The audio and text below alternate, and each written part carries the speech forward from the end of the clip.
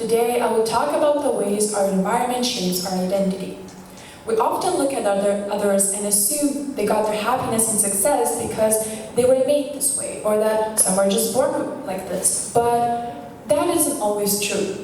We shouldn't overlook the journey that took to get there and all the external factors that push that person to achieving success. People only see results. There are a lot of factors when it comes to shaping our identity. However, the one that probably affects us the most is our environment. Where and how we grew up, what type of people we socialize with, our educational and cultural backgrounds. How can the media affect our sense of identity? Who are the role models we look up to?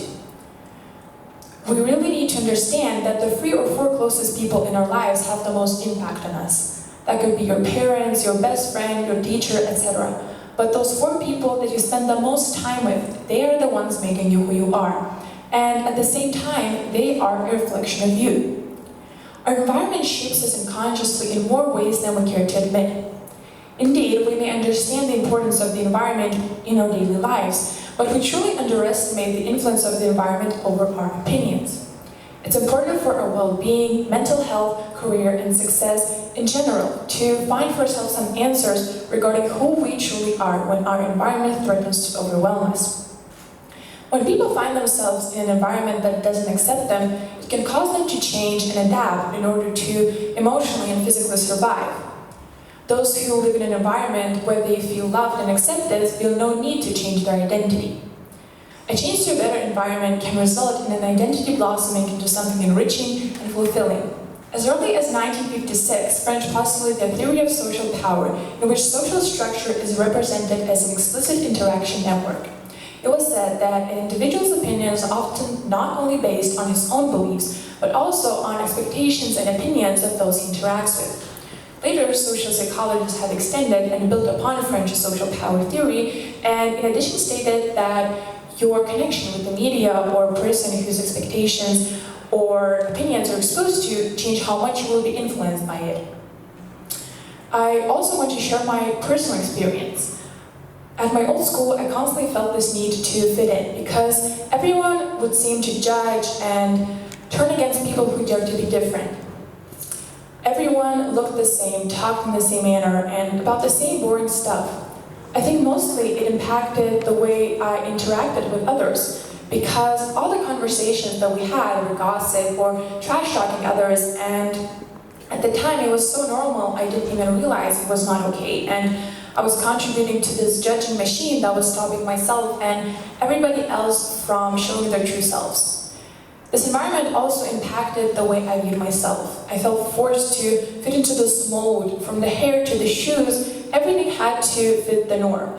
And this way, I didn't really get to experiment with my style, and I put a lot of pressure on myself to look a certain way so that this judgmental community would accept me. This environment shaped me in a way where I was afraid to take on new challenges and step out of my comfort zone. However, everything changed when I switched schools. I found new friends and started socializing with people who accepted me for who I am. I started feeling more comfortable and slowly took off this mask that I was hiding behind. The community of my current school helped my true identity blossom.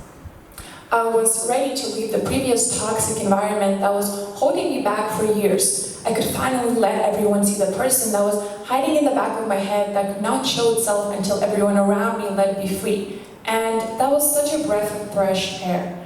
What I realized from my experience is that you won't grow as a person if your environment doesn't change with you. As you're ready to experience new beginnings for yourself, you should learn to let go of the people who prevent you from achieving your goals and bring you down. An environment might not only be the people we surround ourselves with, but also the media we consume. In this day and age, social media and movies portray adolescence as a time to be foolish and experience life as if you won't be able to do it later. As our generation grows up, we're constantly being told who we should be and how we are expected to act. And here's where those expectations clash. The media wants us to be carefree. It only shows that one type of teenager who constantly parties, experiences substance abuse, and absolutely does not care about any of the consequences. On the other hand, our parents or guardians have completely different expectations. They often hope their kids would achieve only the best results in school, and sometimes they even make ambitious plans for a future without even consulting with us, because, of course, a teenager is too young to know what they want, right? This constant pressure, not only by parents but also by peers, can result in mental health issues and a loss of identity. How does the world expect us to know who we want to be in the future if nobody even lets us figure out who we are right now? Our sense of identity changes not only by how others view us, but also by how we view ourselves. So those expectations from others and the media result in young people setting high standards for themselves or completely losing who they are. You might think you know who you need to be, but take a moment and really think whether that image of yourself is what everybody else wants or what you want. The important thing is recognizing the effect of our surroundings. Ask yourself, does this help me grow as a person, or does it prevent me from achieving my goals? And the thing you can do when you understand what's shaping your behavior is stay control. Think about whether you really want to be shaped in those ways, and whether you can do something to stop yourself being pushed in directions you don't want to be pushed in. And as you understand what's holding you back and which people are a bad influence, you can do something about it. Therefore, as you change your environment into the one that actually reflects your true identity, you will most likely see positive change in you. As you flourish, you can't let your environment stop your growth. For everyone around you, it might seem like this is a new, improved version of you, but frankly, this is just who you truly are when your environment helps you instead of stopping you. We really need to understand, it will affect us no matter what.